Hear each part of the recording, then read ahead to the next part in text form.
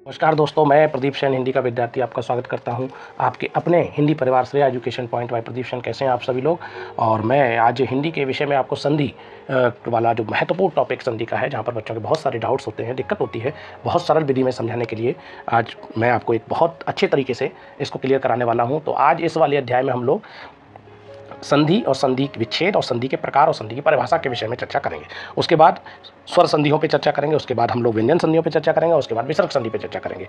तो बहुत बड़ा टॉपिक है, तो थोड़े थोड़े पार्ट में इसको मैं क्लियर कराऊंगा, लेकिन ये पूरा मुझे विश्वास है कि मैं आपको बहुत अच्छे से कराने वाला हूँ और आपको समझ में भी आएगा। तो बिना विलंब किए हम लोग टॉपिक प्रारंभ करते हैं। और ये संधि की सबसे पहले संधि शब्द की बात करें कि संधि शब्द क्या है। देखिए, सबसे पहले हम बात करेंगे संधि की। जो संधि शब्द है उस पर हम लोग पहले चर्चा करने वाले हैं। संधि शब्द, संधि देखिए दोनों तरीके से हम लोग संधि लिख सकते हैं। संधि इस तरीके से भी लिखी जा सकती है और संधि जो है दोनों रूप सही हैं, संधि दोनों रूप सही हैं। डॉक्टर श्याम सुंदर दास के अनुसार जो उन्होंने पंचम वर्ण को अनुस्वार के रूप में डिनोट कर दिया, उन्होंने बताया कि उनको हम लिख सकते हैं, तो ये भी संधि सही है। तो इसके लिए आप कतई डाउट महसूस ना करें कि संधि क्या है। अच्छा, बात करें संधि शब्द की मेल क्या है, तो संधि शब्द जो है सम, इसका भी विच्छेद कर लें तो सम और प्लस धी, सम प्लस धी का योग क्या है, संधि है। सम प्लस धी से योग मिलकर बना है संधि। तो इसका अगर हम परिभाषा देखें, संधि की परिभाषा क्या है बच्चों, परिभाषा पे भी थोड़ी सी चर्चा करेंगे। परिभाषा क्या है संधि की, परिभाषा यहाँ से प्रश्न इंपॉर्टेंट बनता है। परिभाषा क्या है संधि की, संधि की परिभाषा है दो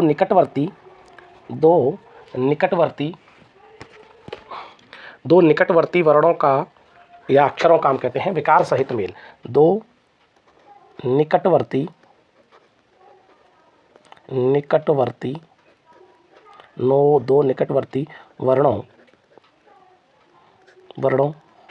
वर्णों के मेल से जो विकार उत्पन्न होता है, विकार का मतलब यहाँ परिवर्तन से है, परिवर्तन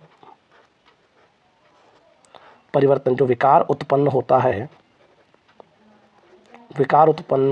होता है उसे संधि कहते हैं, उसे संधि कहते हैं। यानी दो वर्णों का जो विकार सहित मेल है, विकार से दो वर्ण मिलेंगे, उनमें जो परिवर्तन आएगा उसे ही हम संधि कहेंगे। जैसे हम उदाहरण से देखें कैसे, क्या हमने ये परिभाषा क्या सिद्ध करती है। जैसे मान लीजिए हमने एक शब्द लिखा, कोई वर्ण लिखा आ और हमने ई को मिलाया, तो आ और ई जब मिला है तो उसने एक नया वर्ण बना दिया आई। तो देखिए ये अपना अस्तित्व खो चुके हैं और दोनों को मिलकर क्या बनाए हैं, ये बनाया है ना। इसी प्रकार जैसे अगर हम बात करें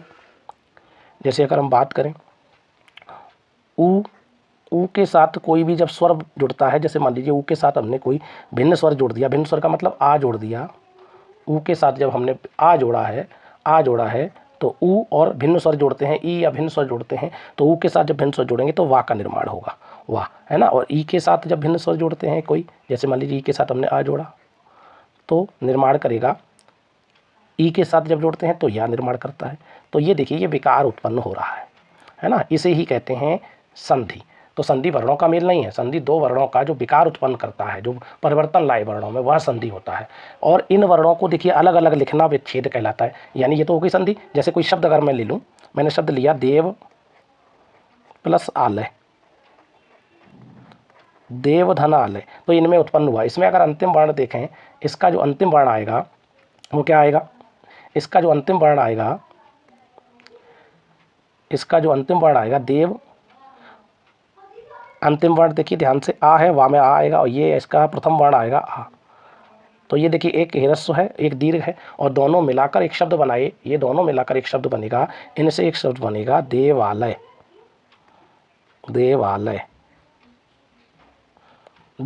ये शब्द बनाया है इन्होंने। तो यहाँ से जो शब्द बना देखिए दोनों में विकार हो गया, दीर्घा, एक आज इसमें ह्रस्व था और एक दीर्घा था, और ये क्या बना दिया, इन्होंने दीर्घा बना दिया। तो ये आपका विकार उत्पन्न हो गया। तो ये है आपकी संधि। और इन दोनों वर्णों को अलग अलग लिख रहे हैं, ये देखिए इसको देव को अलग लिखा और आलय शब्द को अलग लिखा। तो ये जो लिखा है ये क्या कहलाएगा, इसे ही हम कहते हैं विच्छेद। इसे क्या कहेंगे हम, विच्छेद कहेंगे। इसे कहेंगे विच्छेद, और इसे कहेंगे हम, इस शब्द को कहेंगे हम संधि। इसमें संधि हुई है और ये अलग अलग लिख दिया तो विच्छेद है। तो विच्छेद क्या है, एक नज़र इस पर भी डाल लें, थोड़ी सी परिभाषा इसकी हम देख लें। तो ये क्या है, निकटवर्ती वर्णों के विकार से जो मेल उत्पन्न हो रहा है वो तो संधि है, और उनको अलग अलग लिख रहे हैं। ये जैसे ये लिखा है तो ये दोनों जो अलग अलग लिख रहे हैं ये है विच्छेद, ये है विच्छेद, ये विच्छेद है, और इनको इकट्ठा लिख दिया ये है संधि। इस तरीके से आप समझ लीजिए, अलग अलग लिखना विच्छेद और साथ में लिख देना एक नया वर्ण विकार उत्पन्न करके बन गया, तो ये हो गया आपका संधि, और ये संधि विच्छेद है। तो ये आपने, मुझे लगता है कि आपको क्लियर हो गई, और परिभाषा भी बहुत इंपॉर्टेंट है, इसको नोट कर लीजिए। और इसी में आगे अब हम संधि की भेद की बात करेंगे। संधि के भेद क्या, हाँ, और एक चीज़ और, संधि में जो पद होते हैं, संधि प्रक्रिया में 2 पद होते हैं। संधि प्रक्रिया में पद की बात करें तो इसमें 2 पद होते हैं। संधि में, संधि की जब प्रक्रिया होती है, जब जॉइंट होता है तो इसमें 2 पद आते हैं। संधि प्रक्रिया में कितने पद हैं, 2 पद होते हैं, 2 पद होते हैं। 2 पदों में एक पद कहलाता है पूर्व पद, पूर्व पद, और एक पद कहलाता है उत्तर पद, उत्तर पद कहलाता है। पूर्व पद और उत्तर पद कहलाता है। पूर्व पद क्या होता है, तो पूर्व पद के, जैसे मैंने एक शब्द लिखा अभी, जैसे मैंने वेदांत शब्द लिखा, वेदांत, तो वेदांत शब्द लिखा, वेदांत शब्द में 2 पद कैसे कर इसका विच्छेद करेंगे, तो एक शब्द आएगा वेद, एक आएगा अंत, एक वेद आएगा एक अंत आएगा। तो वेद जो शब्द है वो है आपका पूर्व, वेद शब्द क्या है, पूर्व पद है, पूर्व पद है, और अंत जो शब्द है वो है आपका उत्तर, उत्तर पद, उत्तर पद। तो पूर्व पद का जो अंतिम वर्ण होता है वह, और उत्तर पद का प्रथम वर्ण होता है वह, उनका योग होता है। तो जैसे इसका पूर्व पद का कौन सा आएगा, पूर्व पद का प्रथम, पूर्व पद का सॉरी अंतिम, अंतिम वर्ण, पूर्व पद का अंतिम वर्ण, और उत्तर पद का प्रथम वर्ण। पूर्व पद का अंतिम वर्ण और उत्तर पद का प्रथम वर्ण का मेल होता है, और इनके ही मेल से क्या उत्पन्न होगा, विकार, और जब विकार उत्पन्न होगा तभी कहलाएगा संधि।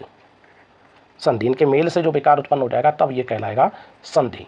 तो ये ध्यान रखना है कि पूर्व पद क्या होता है, अंतिम पद क्या है। जैसे इसमें वेद पूर्व पद है और अंत उत्तर पद है, ये बात क्लियर हो गई आगे। और इनको अलग अलग हम लिख रहे हैं दोनों पदों को, ये देखिए अलग अलग वेद अलग है, तो ये विच्छेद हो गया, ठीक है। तो अब इसकी बात करते हैं संधि के भेद की। हम लोग संधि के भेद की बात करते हैं।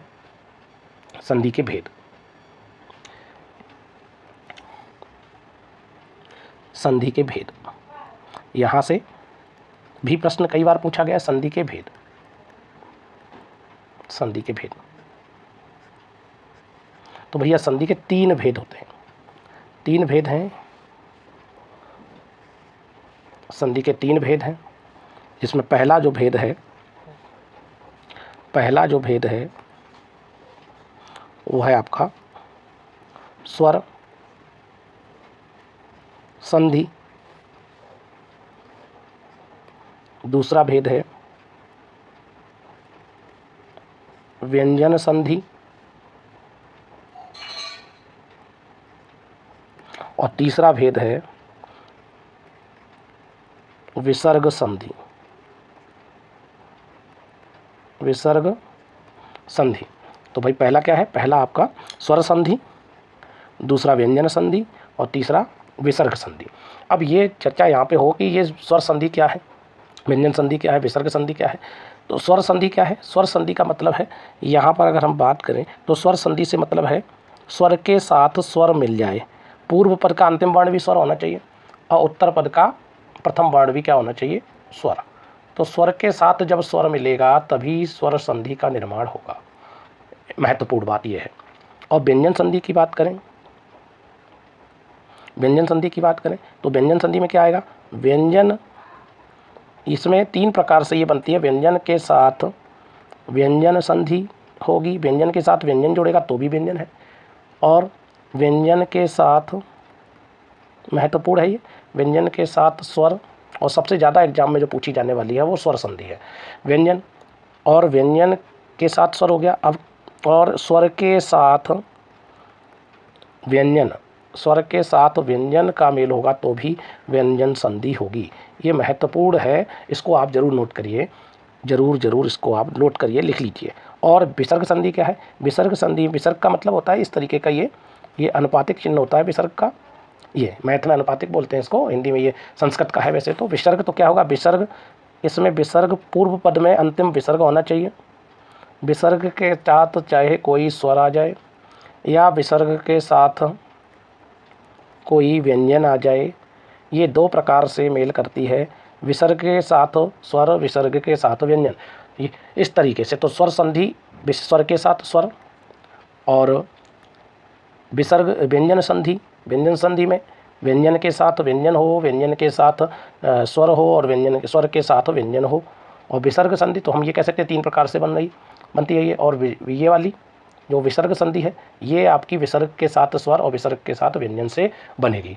तो अब हम बात करेंगे, इन तीनों के प्रकार की बात हो चुकी है, अब हम इनको डिटेल से पढ़ने वाले हैं कि स्वर संधि क्या है, उस पर हम लोग चर्चा करने वाले हैं।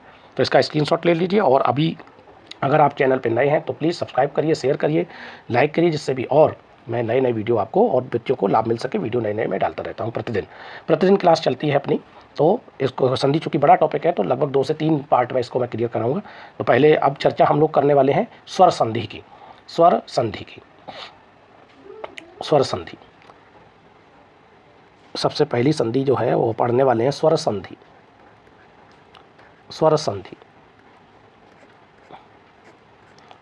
स्वर संधि क्या है भाई? स्वर संधि मैंने बताया, स्वर संधि में क्या आएगा? स्वर संधि में मैंने बताया आपको कि स्वर के साथ स्वर का मेल होगा तभी स्वर संधि बनेगी। किस तरीके? और बात करें अगर भेद की, इसकी परिभाषा, स्वर के साथ स्वर तो मिलेगा तो स्वर संधि हो जाएगी। और इसकी भेद की बात करें, स्वर संधि के भेद पूछे जाते हैं या उपभेद कह सकते हैं। तो स्वर संधि के 5 भेद होते हैं। कितने भेद होते हैं? 5 भेद होते हैं। स्वर संधि के 5 भेद होते हैं बच्चा, जिसमें एक भेद जो पढ़ना है वो आपका, ये सारे मैं पहले यहाँ पे क्लियर कर दूँ। स्वर संधि के 5 भेदों में हमें क्या क्या पढ़ना है, इसमें हम लोग पढ़ने वाले हैं स्वर संधि के भेद की, जिसमें आपको पहला जो भेद पढ़ना है वो पढ़ना है आपको दीर्घ स्वर संधि। क्या पढ़ना है बच्चा? दीर्घ स्वर संधि। नोट करते रहिए, दीर्घ स्वर संधि। दूसरा पढ़ना है आपको गुण स्वर संधि, गुण स्वर संधि। तीसरा पढ़ना है आपको वृद्धि स्वर संधि, वृद्धि स्वर संधि, वृद्धि स्वर संधि। और तीसरा जो पढ़ना है हमें, चौथा यड़ स्वर संधि, यड़ स्वर संधि, यड़ स्वर संधि। और 5वां हमें पढ़ना है अयादि स्वर संधि, अयादि स्वर संधि। ये हमें क्लियर करना है। तो पहला भाग क्या हो गया? पहला भाग हो गया दीर्घ स्वर संधि, फिर हमें पढ़ना है गुण स्वर संधि, फिर हमें पढ़ना है वृद्धि स्वर संधि, उसके बाद यड़ स्वर संधि, तत्पश्चात अंतिम जो स्वर संधि का भेद होगा वो है आपका, अंतिम जो भेद होगा वो होगा अयादि स्वर संधि। तो इस पर बृहद चर्चा करेंगे अगले वीडियो में। और अगर आपने ये पिछले वीडियो नहीं देखे हैं, जिसमें मैंने इससे पहले वाले वीडियो में मैंने आपको शब्द क्रम बताया था, शब्द कोश के अनुसार शब्दों का वर्णों का क्रम, शब्द कोश वाला टॉपिक कराया था, शब्द कोश का टॉपिक कराया था। उससे पहले ध्वनियाँ पढ़ाया था, ध्वनि हिंदी वर्णमाला की ध्वनियाँ पढ़ाया था। और उससे पहले मैंने वर्णमाला विस्तृत रूप से पढ़ाया और वर्णमाला की प्रैक्टिस भी कराई थी। तो वो जाके देख लीजिए, डिस्क्रिप्शन में मैं लिंक दे दूँगा। और चैनल को ज़रूर आप लोग सब्सक्राइब कर लीजिए, जिससे और सारे वीडियो आपको और नोटिफिकेशन आता रहे। और बेल आइकन पे भी क्लिक कर दीजिए, जिससे कि आपको नोटिफिकेशन मिलता रहे। तो इस पार्ट में इतना ही, अगले पार्ट में हम लोग फिर मिलेंगे। तब तक के लिए नमस्कार, धन्यवाद, जय हिंद, जय भारत।